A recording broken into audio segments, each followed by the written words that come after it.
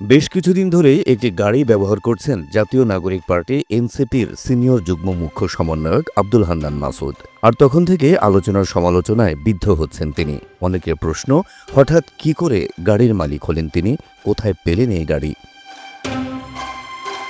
এবার এসব আলোচনার সমালোচনার জবাব দিলেন হান্নান মাসুদ।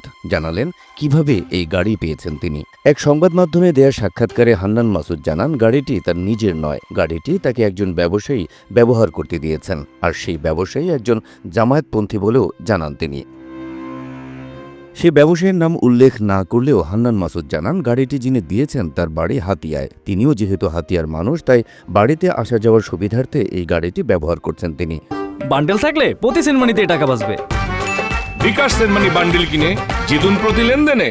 হান্নান মাসুদ বলেন, ওই ব্যবসায়ী চান যে তিনি যেন হাতিয়াতে রাজনীতি করেন। তিনি তাকে ভালোবেসেই গাড়িটি দিয়েছেন। এই বিষয়ে মাসুদ বলেন, আমার এলাকার 300 প্রবাসী আছেন যারা নিয়মিত আমাকে একটা গ্রুপ করে টাকা দিয়ে যাচ্ছেন। তারা চান আমি যেন হাতিয়া থেকে নির্বাচন করে এমপি নির্বাচিত হই।